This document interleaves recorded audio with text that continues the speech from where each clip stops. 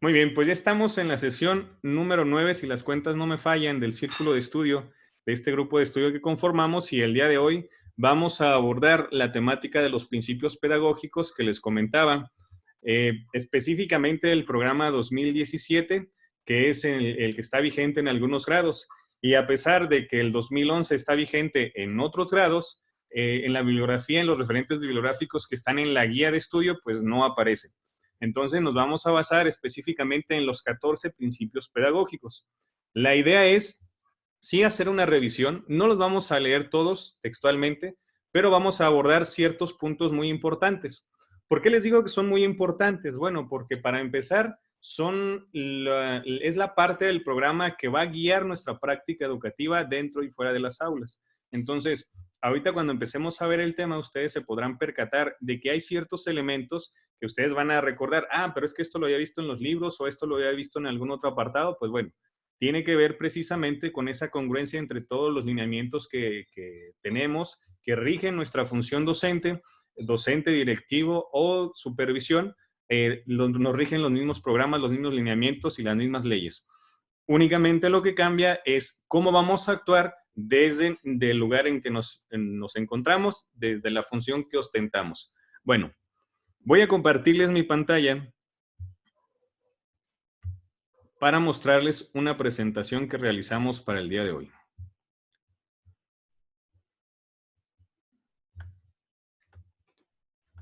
Muy bien. Aquí tenemos entonces que les comentaba que vamos a abordar la temática de los principios pedagógicos. Como ustedes se pudieron percatar, el documento que les enviamos es un extracto de todo del libro completo, digámoslo así, de aprendizajes clave, que ya lo revisamos en aquel entonces cuando nos llegaron esos libros gruesotes. Bueno, el extracto que obtuvimos es precisamente lo que hace referencia a los principios pedagógicos.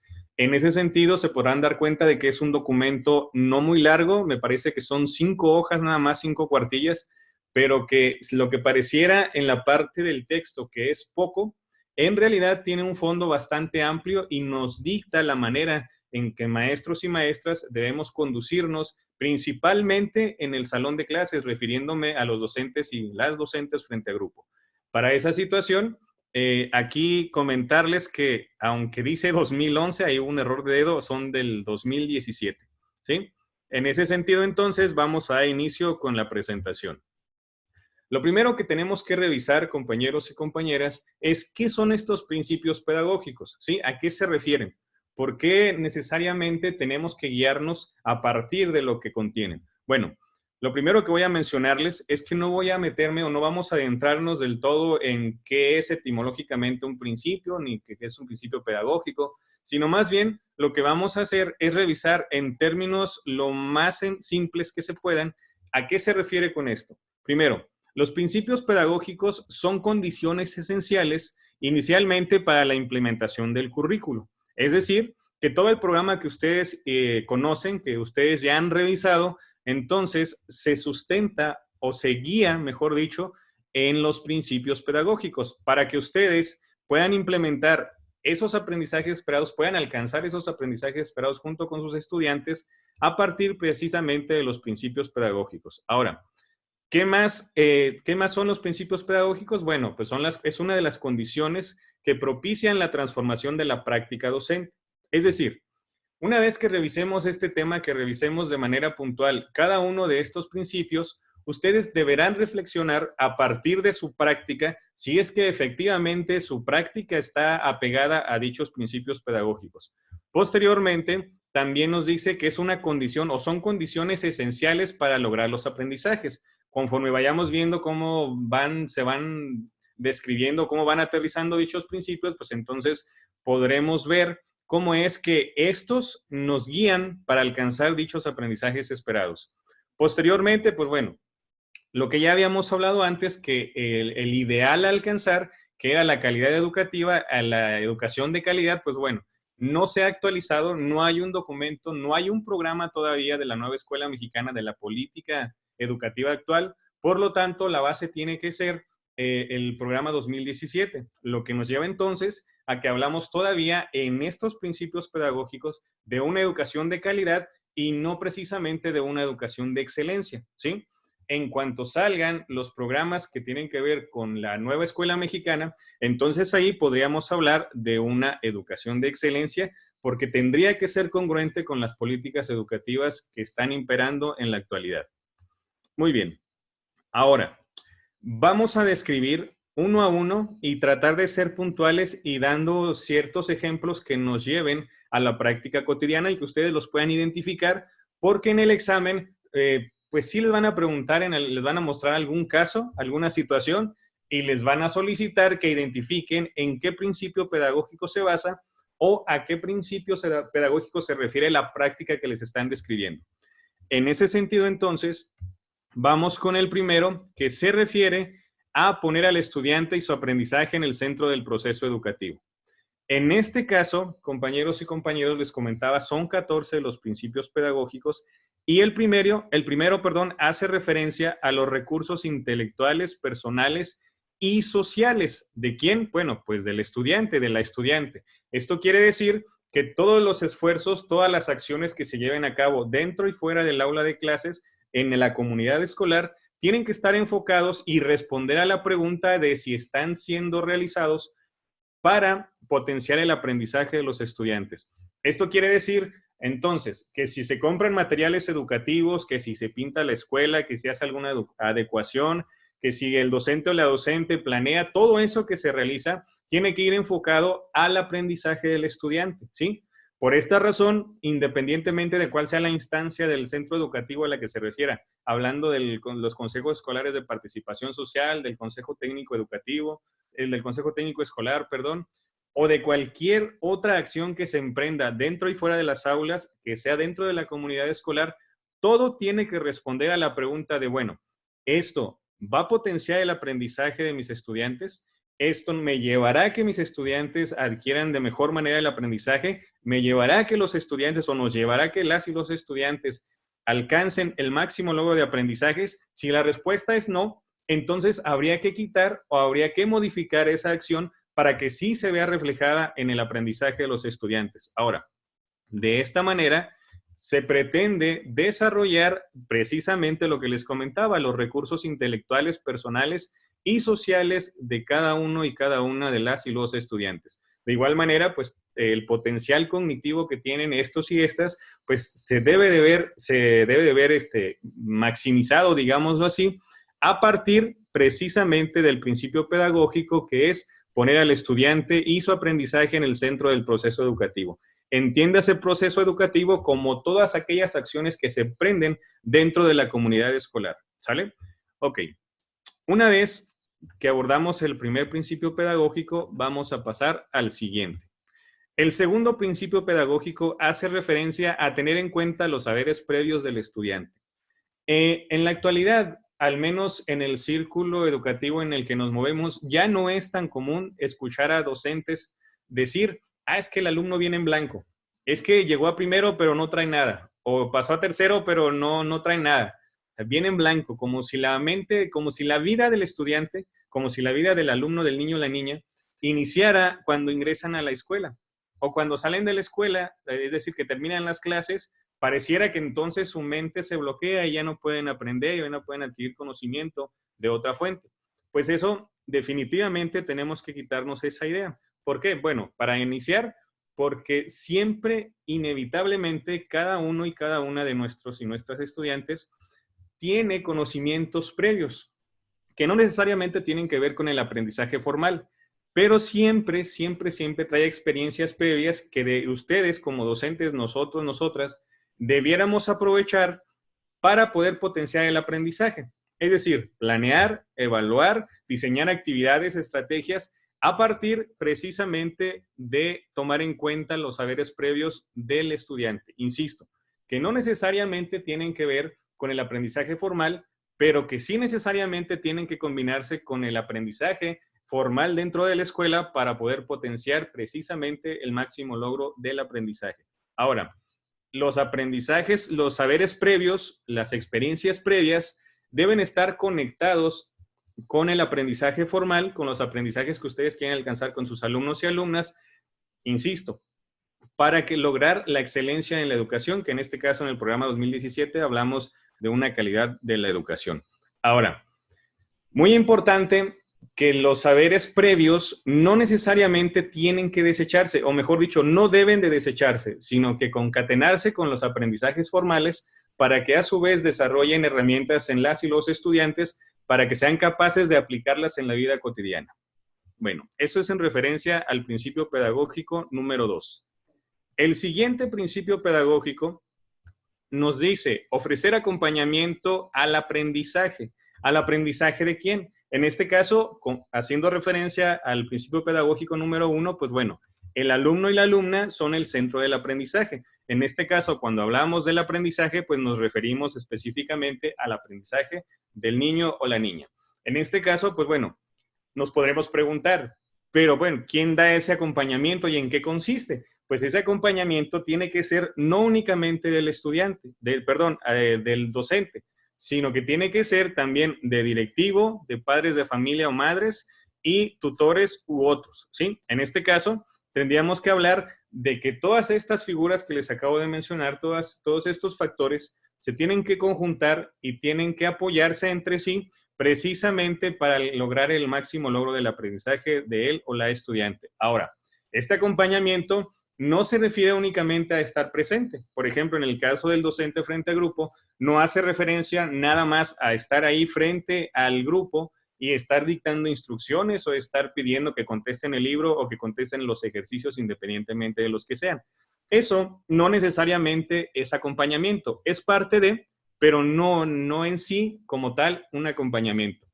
En ese sentido, dicho acompañamiento que tiene que ver con el acercamiento, la asesoría, conocer a sus estudiantes, ver cuáles son sus características particulares y demás, tiene que ser bajo un enfoque inclusivo.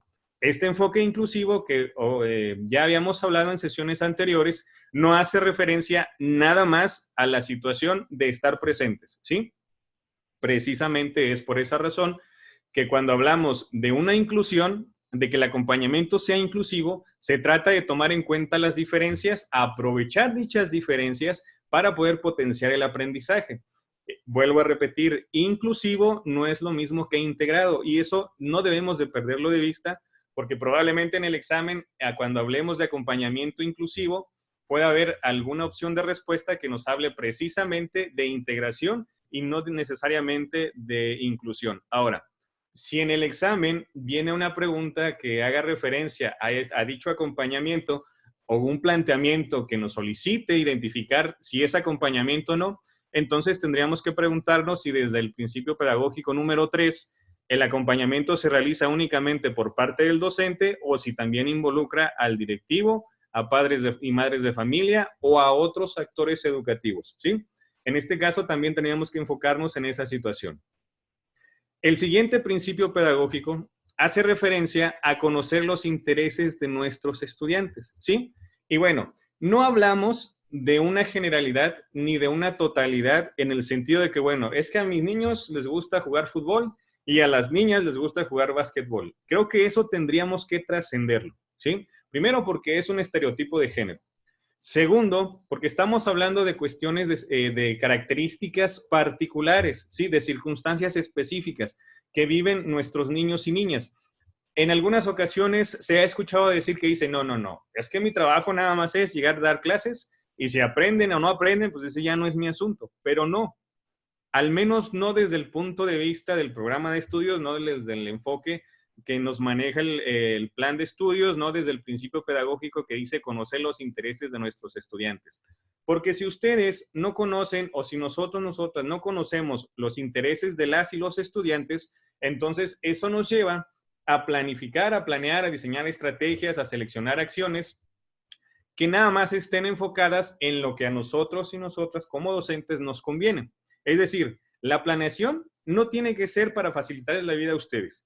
La planeación debe estar basada en los intereses de las y los estudiantes, lo que nos lleva a decir que entonces, si su planeación, por citar un ejemplo nada más, la hacen sin conocer las características de sus alumnos y alumnas, sin conocer qué les interesa, qué les motiva, y no estoy hablando de una generalidad, insisto, sino que el plan y programa nos dice que debemos conocer de cada uno y cada una de nuestros y nuestras estudiantes. Entonces, en ese sentido, nos va a llevar a que sea una enseñanza contextualizada, que sea significativa para alumnos y alumnas, que no nos haga referencia del clásico ejemplo de que un problema matemático, una situación problema, que nos diga, en la costa de Guerrero hay un pescador que todos los días pesca tantos kilos de pescado, ¿sí? Y bueno, estaríamos hablando de que si bien es cierto, es necesario y nos lleva a un pensamiento matemático, pero no es contextualizado. Y no se trata de limitar la visión de nuestros alumnos y alumnas, sino más bien se trata de que todo lo que ustedes emprendan sea significativo para ellos y ellas, pero no lo vamos a poder hacer, insisto, si no conocemos los intereses, ¿sí? Si lo pasamos a lo que tiene que ver desde la función de la supervisión o la función de la asesoría, de la dirección, pues aplica desde nuestro ámbito de acción. En ese sentido, el asesor técnico pedagógico tendría que orientar a la docente o a el docente con estrategias para poder identificar precisamente los intereses de sus niños y niñas. En el caso del directivo también tendría que ser de esa manera, porque recuerden que el directivo, ya sea director o directora, tiene la responsabilidad como líder académico de orientar también a las y los docentes, ¿sí? No perdamos de vista también esa parte. Bueno, pasamos entonces al principio pedagógico número 5, que en este caso dice así, estimular la motivación intrínseca del alumno. Ahora, intrínseco, ¿qué es eso? Pues tendríamos que definir primero qué es intrínseco, intrínseca, para poder desmenuzar o para poder saber a qué se refiere este principio pedagógico. En términos muy simples, lo intrínseco hace referencia a lo que se tiene o lo que se hace sin dependencia de otros factores, ¿sí? Por ejemplo, hablemos de un alumno o una alumna, ¿sí? Este alumno o alumna que tiene una motivación intrínseca, entonces tendríamos que hablar de que está motivado o motivada sin necesidad de factores externos como podrían ser el docente, como podrían ser el padre o madre de familia, como podrían ser el entorno, ¿sí? Entonces, el principio pedagógico nos habla de que existe una motivación que el alumno ya tiene en sí, que no necesita de alguien más, de algo más para poder tenerla, sino que ya la tiene. Por el simple hecho de ser niño o niña, ya automáticamente tiene una motivación, ¿sí? Y esa motivación, pues bueno, tendríamos que potenciarla, tendríamos que hablar de adecuarla, de adaptarla, de adaptarnos nosotros y nosotras precisamente a esos intereses para potenciar la motivación que ya en sí tiene, ¿sí? Ok, para ello, pues primero, los conocimientos, los aprendizajes esperados, actividades y estrategias tendrían que ser relevantes, no para nosotros, nosotras como docentes, sino para el estudiante, para la estudiante, ¿sí? En este caso, vuelvo a repetir, nos basamos en el principio pedagógico número 1, que es el aprendizaje del estudiante es el centro del proceso educativo.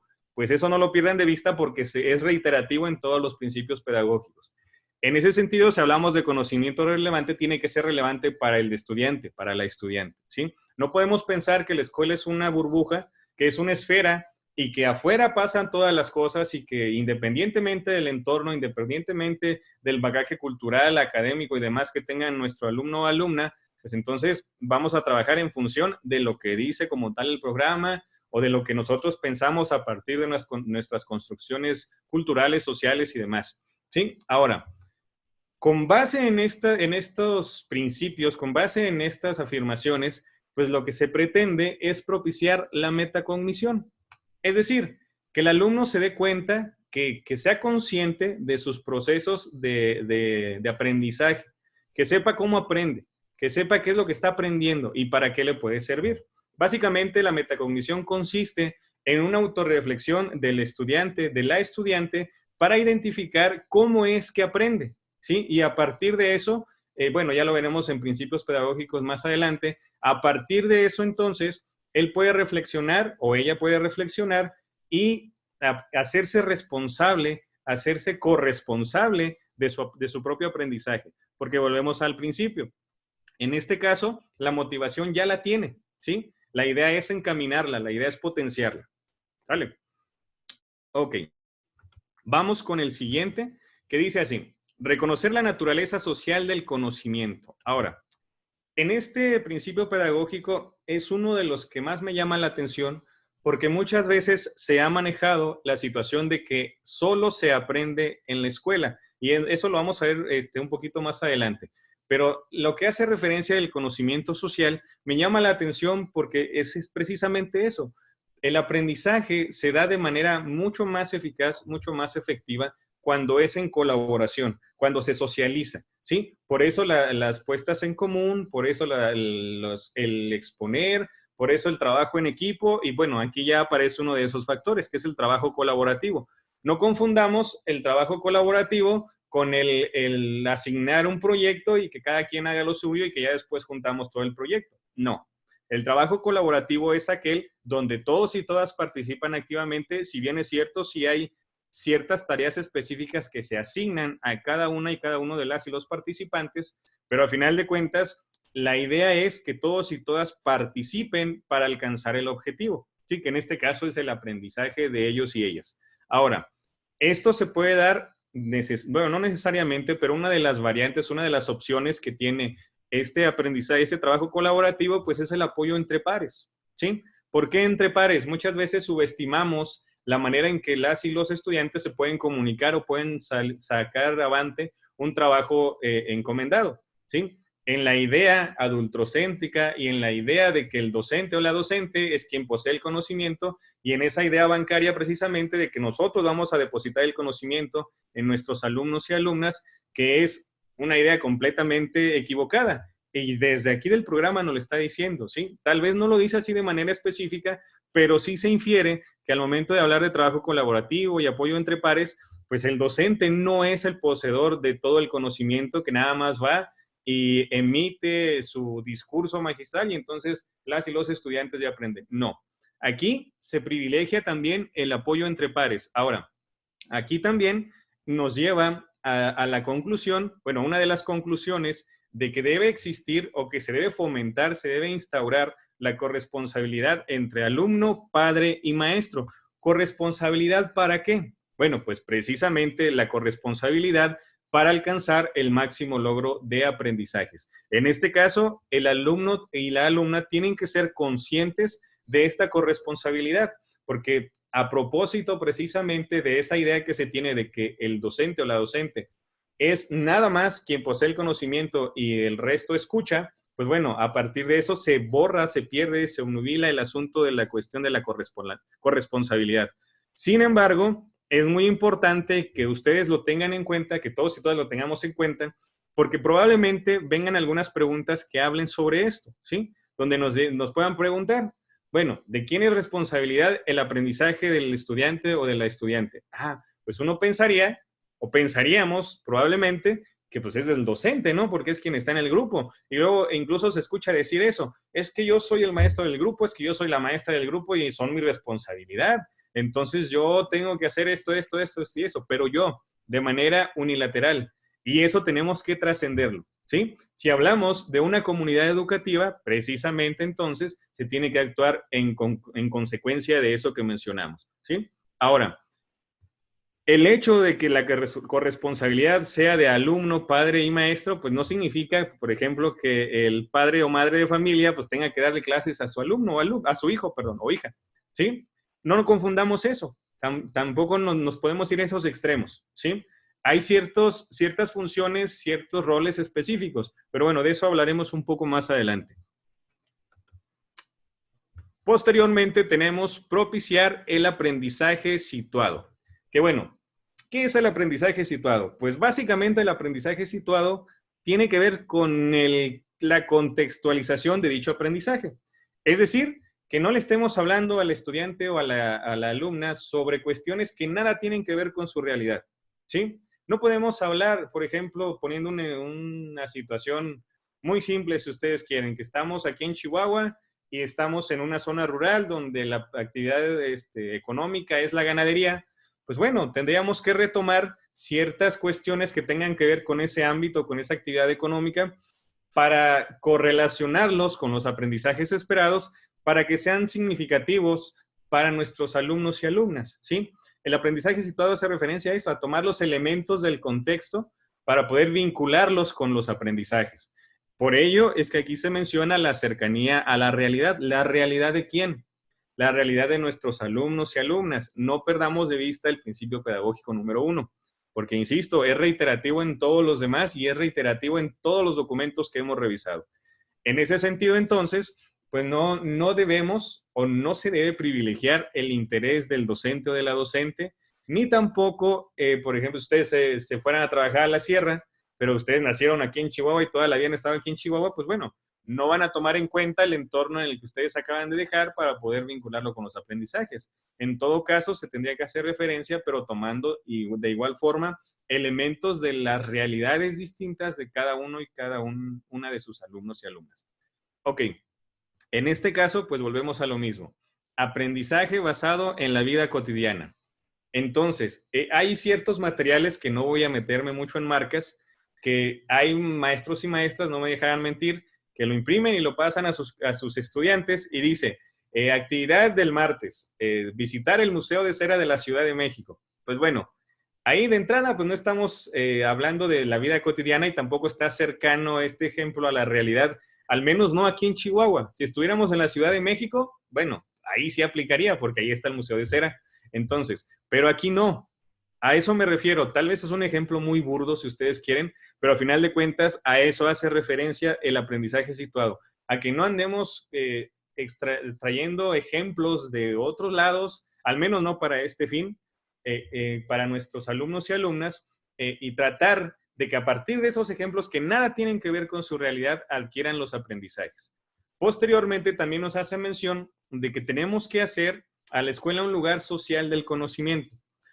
Olvídense, por favor, de aquello, no, yo soy de quinto y son mis alumnos y cierro la puerta y aquí nadie más entra. Es más, el director tiene que pedir permiso. No, eso definitivamente no debe de suceder. ¿Sí? La escuela es un lugar, como bien lo dice, social del conocimiento, donde todos y todas aprendemos en común. ¿Sí? El aprendizaje individualizado, el aprendizaje a manera monológica no funciona. Es más, ni siquiera se da un aprendizaje como tal. Tendríamos que hacer, en este afán de una escuela como social del conocimiento, tendríamos que hacer precisamente una socialización del conocimiento, trascender esas paredes de cada uno de los salones. Y bueno, en esa idea también la diversidad de conocimientos, intereses y habilidades del estudiante. En otras sesiones hablábamos precisamente de esta cuestión. Bueno, regularmente las asignaturas más importantes o las que así se les llaman son español y matemáticas. Pero ¿qué pasa con aquellos alumnos y alumnas que no son tan buenos para estas dos asignaturas, pero que son excelentes en artes, o que son al 100 para los deportes, o que tienen algún otro interés o alguna otra habilidad? No podemos dejarlos de lado, al menos no desde el punto de vista del deber ser, y tampoco en la realidad, ¿sí? Pero bueno, no voy a cuestionar sus realidades porque solo ustedes saben lo que están viviendo. Lo que sí hay que tomar mucho en cuenta que para el examen sí debemos de tomar muy en cuenta esta cuestión de la diversidad de conocimientos, intereses y habilidades del estudiante. ¿Es una tarea difícil en la práctica? Desde luego que lo es, ¿sí? Pero al menos en el deber ser, tienen que basarse en esto para poder contestar el examen, ¿sí? Y esta diversidad, como ya lo habíamos visto, no hace referencia únicamente a las discapacidades, a las aptitudes sobresalientes, sino a las diferencias que todos y todas tenemos a partir de que somos personas en un cierto sentido únicas, que tenemos características físicas y características de pensamiento diferentes. A eso hace referencia. No nada más, insisto, a la cuestión de una discapacidad o algo parecido, ¿sí?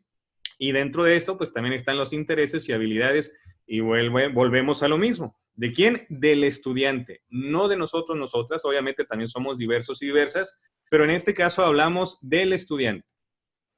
Muy bien. Ahora, lo que vamos a revisar es el principio pedagógico número 8.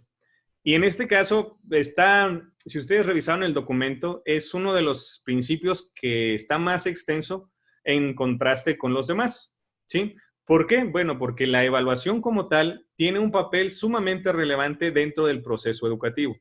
Y en este caso, el principio dice así: entender la evaluación como un proceso relacionado con la planeación del aprendizaje. Y a lo mejor podemos pensar, bueno, pero la evaluación pues va después de la planeación, ¿que no? Pero no, no necesariamente, o mejor dicho, no es así. La evaluación tiene que ser parte de la planeación. Y la evaluación entendida como un proceso tal cual lo dice aquí, ¿sí?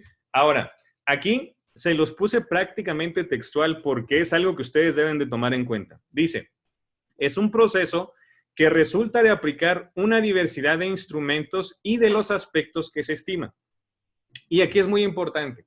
Prácticamente toda la bibliografía que existe sobre evaluación habla de algo similar. Ninguna evaluación o ningún proceso de evaluación le basta con un solo instrumento para poder obtener datos que nos ayuden a tomar decisiones. O al menos no si hablamos de una evaluación auténtica, ¿sí? Si hablamos de una bendición, si hablamos de asignar un número, probablemente sí sea suficiente. Pero aquí tomen muy en cuenta esto, que existe una gran diversidad de instrumentos y estrategias de evaluación que nos van a servir, que nos van a ayudar para poder evaluar ese proceso en la evaluación como tal, en sus distintas modalidades, en sus distintos momentos y bueno, todo lo que ustedes ya conocen. Pero en este caso, no olviden esta parte, ¿sí? Que es un proceso, ¿sí? No es la asignación de una calificación. Y que dicho proceso, pues bueno, es el resultado de la aplicación de diversos instrumentos en diversos momentos, ¿sí? ¿Cuáles son las variables de la evaluación? Bueno, pues el programa en este principio pedagógico nos marca 4.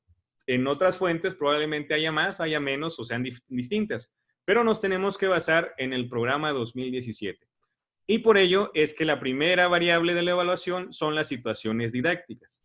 En ese sentido, las situaciones didácticas como tal necesariamente deben tener una evaluación, independientemente del momento, que lo ideal sería que fueran diagnósticas, procesuales y, bueno, finales, ¿sí? Pero en ese sentido, pues tendríamos que hablar de que esas situaciones didácticas, pues debe de estar presente la evaluación. De igual manera, las actividades del estudiante son completamente evaluables y no nada más es una opción de que puedan ser evaluables, sino que deben de ser evaluadas, ¿sí? Posteriormente tenemos a los contenidos, la reflexión de la práctica docente y estos cuatro factores se conjuntan precisamente como, digamos, los asuntos, por llamarles de esa manera, que tienen que ver con la evaluación o que mejoran estos elementos o que pueden ser evaluables, ¿sí? Por eso es que hablamos de variables de la evaluación. Y bueno, por último, en este punto tenemos que la evaluación necesariamente tiene que ser parte de la planeación.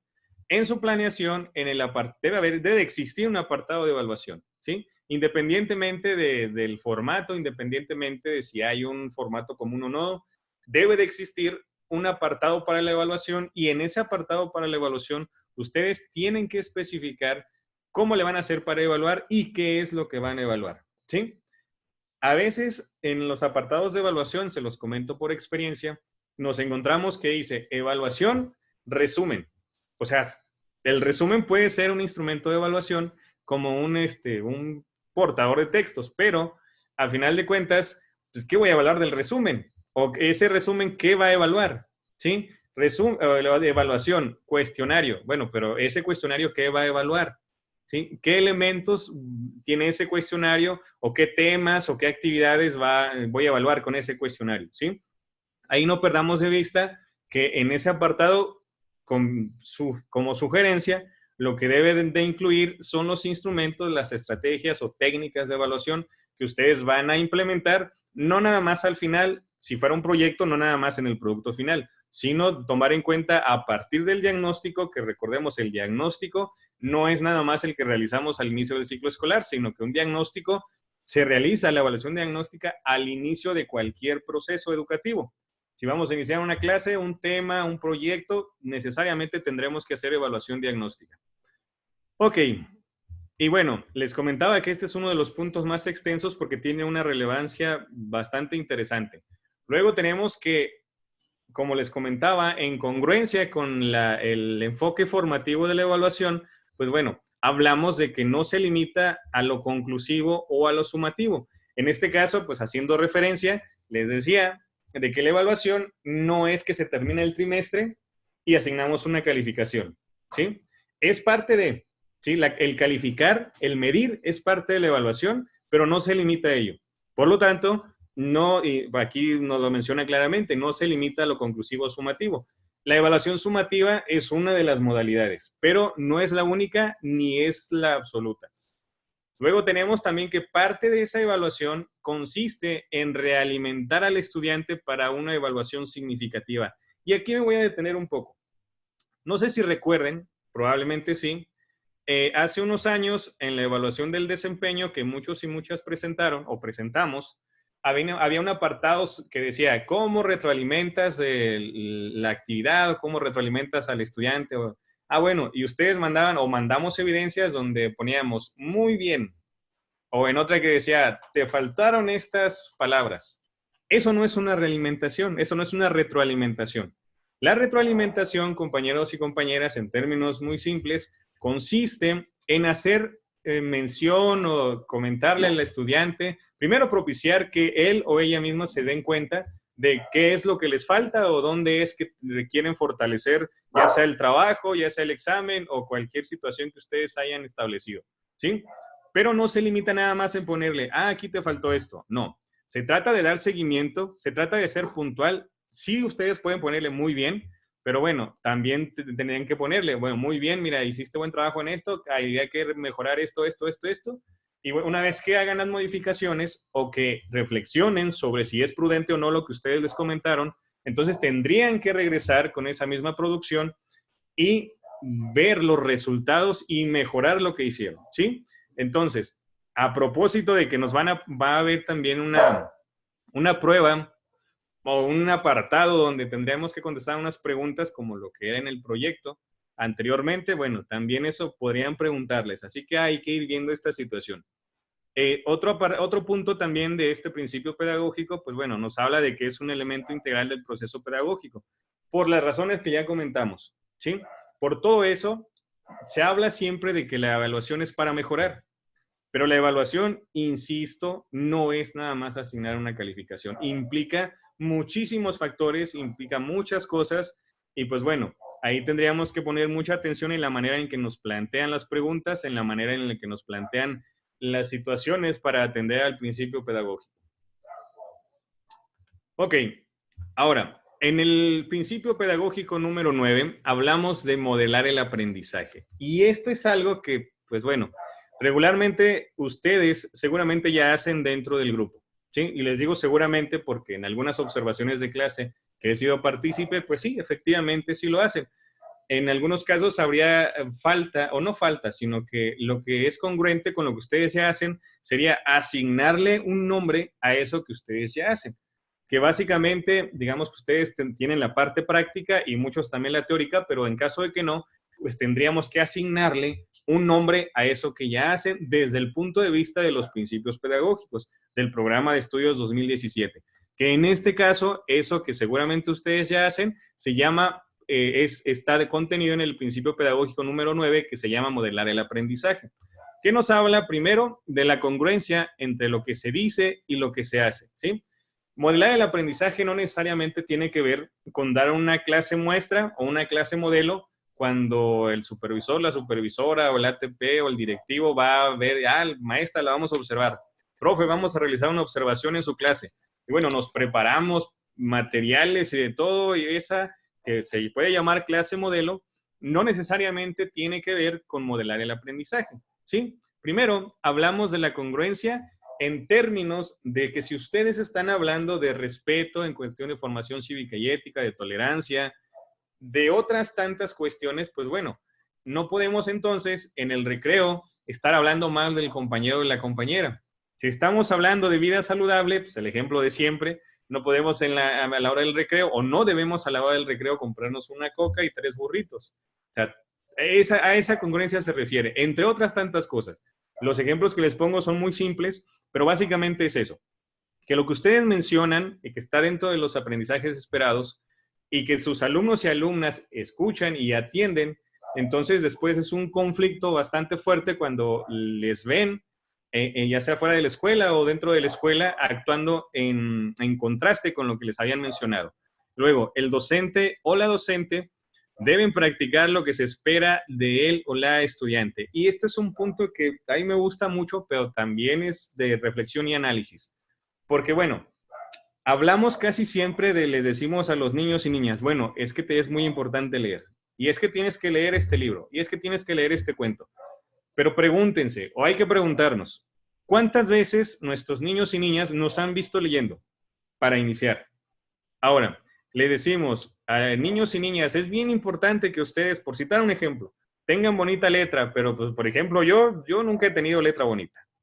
Yo más bien les decía, oigan, miren, hay que empezar a escribir, hay que empezar a, ustedes tienen que, bueno, deben escribir por sí solos, producir textos. No recuerdo las palabras exactas, pero la idea era esa. Pero cuando mis alumnos y alumnas me vieron escribir, yo les decía, es que hagan esto, esto y esto, pero en realidad yo era consecuente con eso. A eso se refiere esta situación. Si nosotros pedimos a nuestros estudiantes algún desempeño en términos académicos, pues nosotros tendríamos que modelar precisamente estas acciones, ¿sí? Si le estamos solicitando que lean en la biblioteca, pues bueno, vamos a la biblioteca y nos ponemos a leer junto con ellos y ellas. Si les estamos solicitando que produzcan textos, pues bueno, nosotros y nosotras también tendríamos que empezar a producir textos, ¿sí? Esa es la idea. No nada más en lo discursivo, sino que se vea en la práctica. Ahora, se especifica dentro del programa del principio pedagógico que el docente o la docente debiera instruir en voz alta y ser conscientes de la función de andamiaje del pensamiento que el lenguaje cumple en ese modelaje, ¿sí? Esto que soy así como trabalenguas, básicamente hace referencia a que el docente o la docente tiene que hablar con un lenguaje que sea entendible para todos y todas y que las instrucciones, las indicaciones, las tiene que dar en voz alta, ¿sí? Y ese lenguaje tiene que ser entendible porque precisamente el andamiaje hace referencia a los recursos con los recursos académicos, cognitivos y demás con los que cuentan las y los estudiantes y cómo es que estos recursos tienen que ser potenciados por el docente o la docente para alcanzar el aprendizaje. El andamiaje se refiere precisamente a un andamio, a un apoyo, ¿sí? Al apoyo que es, en este caso, el lenguaje del docente o la docente para poder propiciar que todas y todos los estudiantes puedan entender las indicaciones, realizar las actividades y, en consecuencia, abonarle a su aprendizaje, ¿sí? Esto les digo que es como un trabalenguas, pues básicamente hace referencia a esta situación. Si ustedes ya dan las instrucciones en voz alta y adecuan su lenguaje y además se aseguran de que todo está entendido, pues ¿cuántas veces se han topado con esta situación? Miren, dan la instrucción y de repente llega un estudiante, un niño, una niña y les dice, ¿qué tenemos que hacer? ¿Qué vamos a hacer? Yo sé que eso no pasa, pero por si les llegó a pasar, es precisamente porque no estamos al tanto de que a nuestros alumnos y alumnas tal vez no entienden las palabras que les decimos, ¿sí? Y creemos, ay, ¿cómo no vas a ver si eso es algo que se utiliza en todos lados? Pues bueno, no es así, ¿sí? No necesariamente. Entonces, a eso se refiere esta parte del principio pedagógico número 9. Ahora, vamos al número 10. En el número 10, que es valorar el aprendizaje informal. ¿Cuál es el aprendizaje informal? Pues bueno, sencillamente el que no es formal, aunque suene bastante lógico y bastante obvio, pues bueno, es el que no se aprende dentro de la escuela o el que no se aprende en las clases que vienen en el programa, ¿sí? Y pues bueno, hace referencia precisamente a quitar esa idea de que la escuela es el único lugar donde se aprende y que lo que se aprende en la escuela es lo único que vale, porque no es así.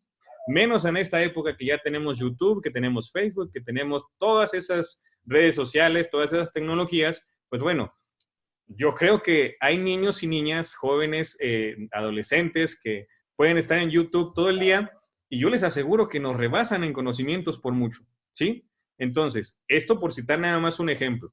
Si hay un alumno o una alumna, por decir algo, que es hijo o hija de un comerciante que vende frutas y verduras, por citar algo, pues bueno, ¿ustedes creen que les vamos a poder enseñar o decirle, no, mira, es que la suma mental se hace así? Pues claro que no, nos van a ganar de todas. Yo recuerdo cuando estaba practicando en el cuarto año de la normal, tenía una alumna precisamente con estas características y pues bueno, yo iniciaba con esta práctica de cálculo mental, pues claro que yo todavía ni terminaba de decir la operación cuando ella ya había acabado. Y pues bueno, ahí a lo que se pretende es precisamente el asunto de aprovechar esta situación de lo que aprenden fuera de la escuela. ¿Y cómo lo podemos hacer? Pues bueno, fomentando el interés por aprender de diferentes medios. La escuela, olvidémonos de que la escuela es donde, nada más donde se aprende, y olvidémonos también de que si yo no lo sé, entonces nadie más de mis estudiantes lo puede saber, ¿sí? Empecemos, si es que no lo hemos hecho, a asimilar este asunto de que no lo sabemos todo. No nos pasa nada si nos equivocamos. No nos pasa nada si hay un estudiante que sabe más que nosotros. ¿Por qué? Porque al final de cuentas lo que se pretende es fomentar el interés por aprender en diferentes medios. Si un alumno o alumna le dice, no, profe, es que yo no quiero revisar en el libro, yo prefiero ver en internet, pues bueno, a eso hace referencia este principio pedagógico. Ahora, el hecho de que existan aprendizajes formales e informales no significa que están peleados, ¿sí? No quiere decir entonces que, bueno, allá en la calle tus aprendizajes informales y aquí en la escuela nada más lo del programa y nada más lo que vamos a ver, ¿sí? No, no se trata de eso, para empezar, porque no se puede aunque ustedes y yo quisiéramos. No se puede. Aquí lo que se trata es de que estos aprendizajes informales apoyen a los formales y viceversa para lograr un conocimiento más amplio y para alcanzar los aprendizajes esperados. ¿Sale? Muy bien. Vamos con el 11. Ya casi acabamos, ¿eh? Ya casi. Ya vamos más de la mitad. Ahorita ya terminamos luego. Ahora, vamos con el 11. En el número 11 tenemos promover la interdisciplina. ¿Sí? Bueno, eso de promover la interdisciplina, pues ya en algún momento en un programa de más anterior se hablaba de la transversalidad, es decir, que un aprendizaje esperado atravesara todas las asignaturas. Y pues bueno, eso se quedó un poquito atrás a partir de que surgió en el 2017 la famosa trenza que tenemos del lado derecho. Ustedes ya más o menos la ubicarán. Lo que se pretende básicamente es la relación entre las asignaturas. Es decir, lo que hacemos, no, yo no estoy diciendo que ustedes, pero en su momento yo sí lo llegué a hacer, el asunto de, ya son las 8:50, cierren su libro de español, vamos con matemáticas. Ya son las 9:40, cierren su libro de matemáticas, vamos con otra cosa. Se pretende que eso no suceda, ¿sí? Al menos en el deber ser.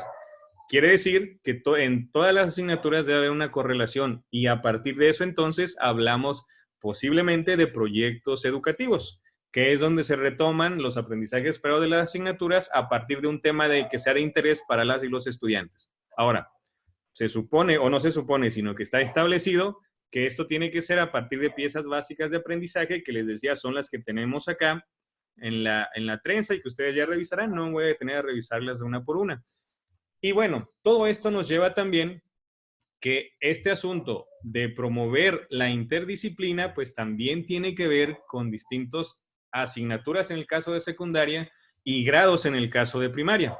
Lo que quiere decir que las y los docentes tendríamos que trabajar en colegiado, en conjunto, para ver cuáles son las dificultades que existen en las asignaturas y a final de cuentas llegar a acuerdos, trabajar para atender dichas problemáticas. Estas problemáticas, les vuelvo a repetir, no se trata de que son de un grado, de que son del profe de allá, de la maestra de acá y que se haga bolas. No. Alumnos y alumnas son de todos y todas quienes estamos en las escuelas o quienes están en las escuelas. Ok, en el número 12 dice, favorecer la cultura del aprendizaje. Esto les voy a dar una pequeña ayuda. Les recomiendo que lo revisen muy bien porque en el examen, no en el de la promoción horizontal, pero en el que vamos a realizar casi al final de la sesión, vienen preguntas sobre esto, ¿sale? No les voy a decir más, nada más pongan mucha atención.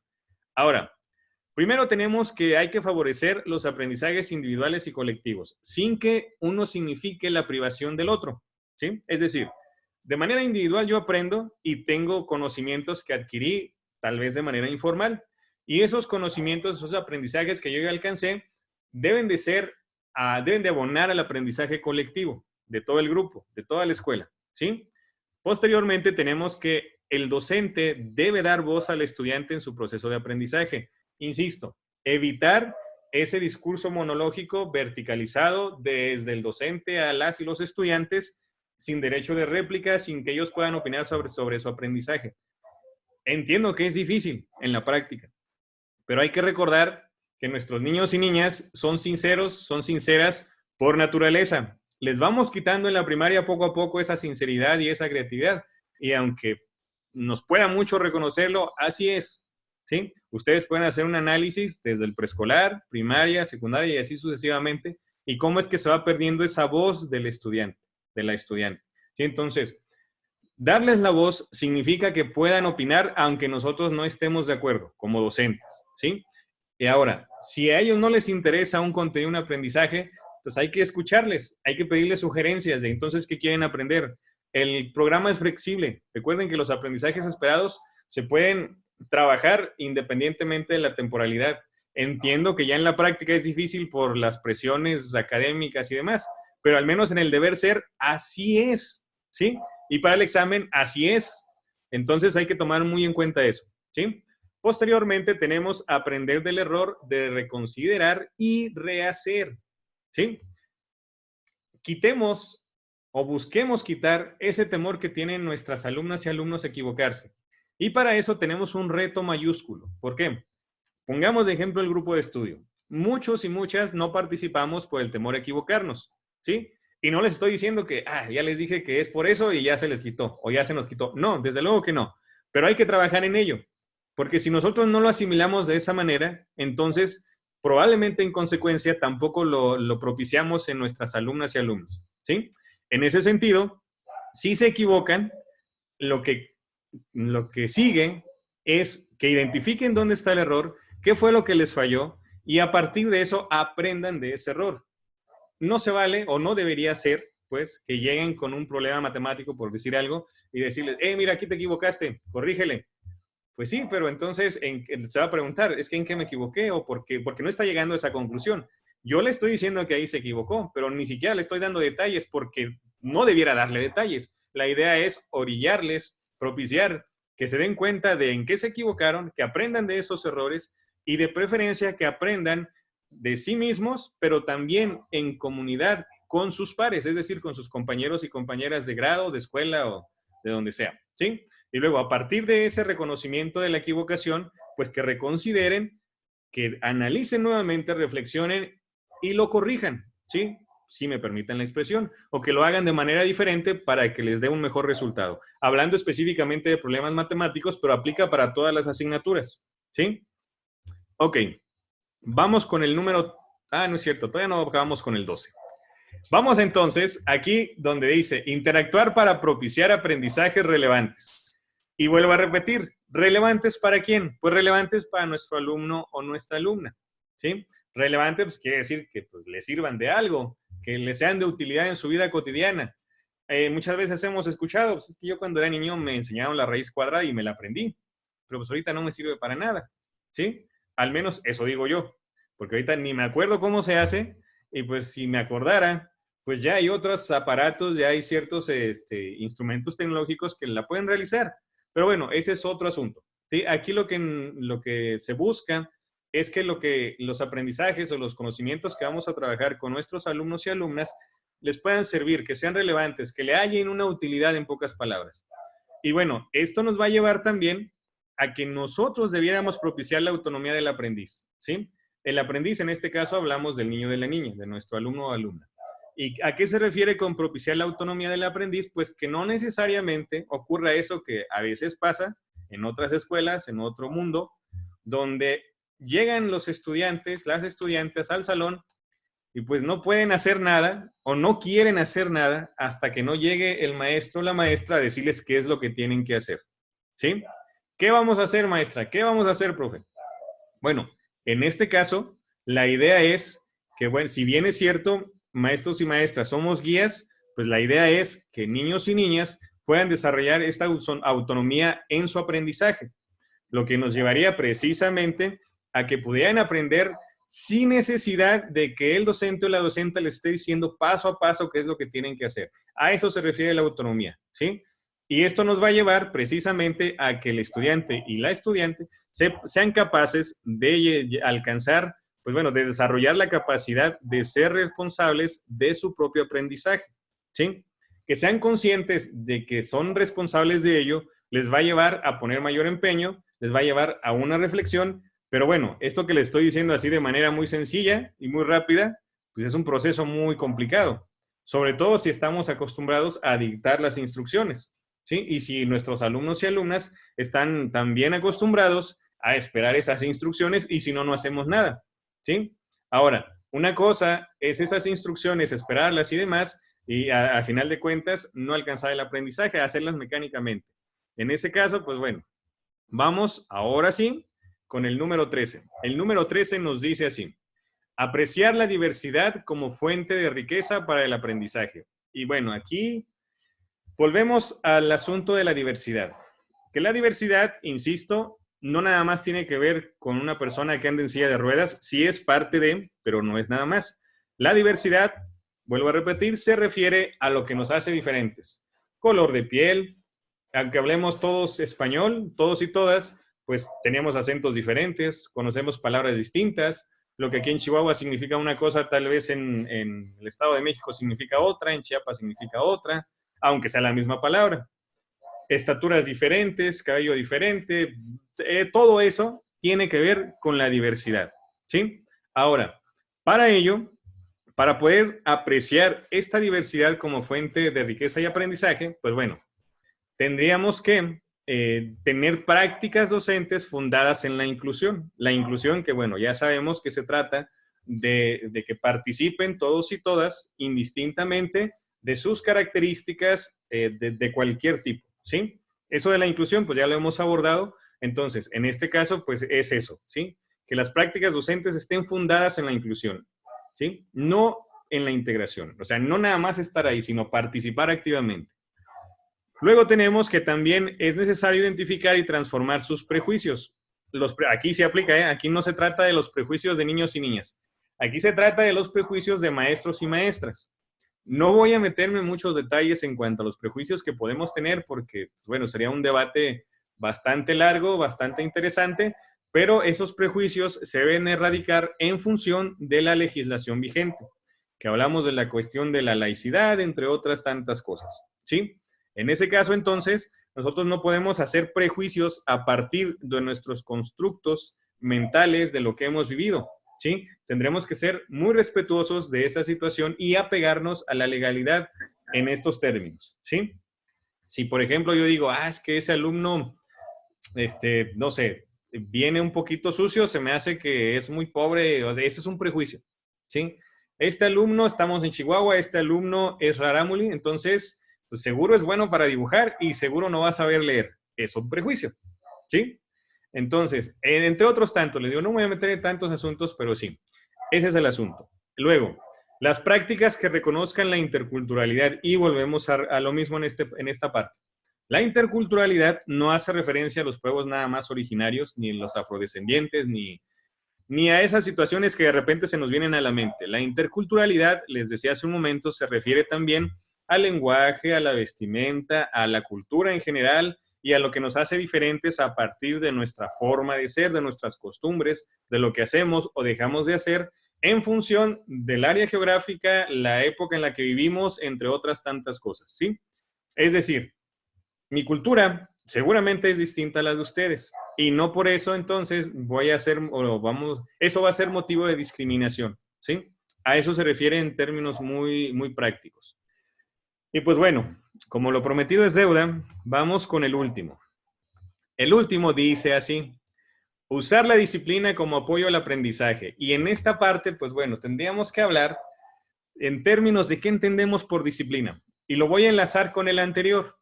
Muchas veces entendemos que disciplina consiste en que en nuestro grupo, pues todos niños y niñas están sentaditos, están poniendo atención y llega el director o directora, qué bonito grupo tiene, profe, sabe que pues todos están, no se oye ni el ruido de una mosca. Excelente. Pues no, la disciplina no hace referencia a eso, ¿sí? La disciplina hace referencia a que el alumno o la alumna pueda mostrar o pueda desarrollar una autorregulación cognitiva y moral, en el sentido de que, bueno, esa autorregulación tiene que ver también con las emociones, en esa parte de ser consciente de que mis acciones pueden afectar a mis pares, pueden afectar a otras personas, ¿sí? De igual manera, pues bueno, la disciplina, insisto, no se trata de eso. Imponer disciplina, que es un término que se usaba mucho antes, tampoco hace referencia a ninguna clase de maltrato, físico, psicológico, social, a ninguno, ¿sí? No, a eso no se refiere la disciplina, al menos no en términos del programa de estudios 2017 y bueno, al menos no en términos de empatía y de humanidad, o no debiera de ser así, ¿sí? En este caso, también hace referencia en este principio pedagógico a que los docentes y directivos debemos propiciar un ambiente de aprendizaje seguro, cordial, acogedor, colaborativo y estimulante. ¿Dónde? Pues en la escuela. Si estamos atentando o si alguna de las respuestas, opciones de respuesta, atenta contra alguna de estas cosas, entonces esa no es la correcta, ¿sí? A menos de que el reactivo diga evitar. Si dice evitar, entonces sí, porque sí vienen algunas que dicen evitar, ¿sale? Entonces hay que leer muy bien esta parte. Ahora, ya que tenemos estos 14 principios pedagógicos, insistir. Primero, grabarse bien en qué consiste en términos muy generales cada uno. Pero, pues bueno, no se trata de aprenderse todo. Y pues básicamente en cuestión de los principios pedagógicos establecidos en el programa de estudio 2017, pues esto sería todo por mi parte. Muchas gracias.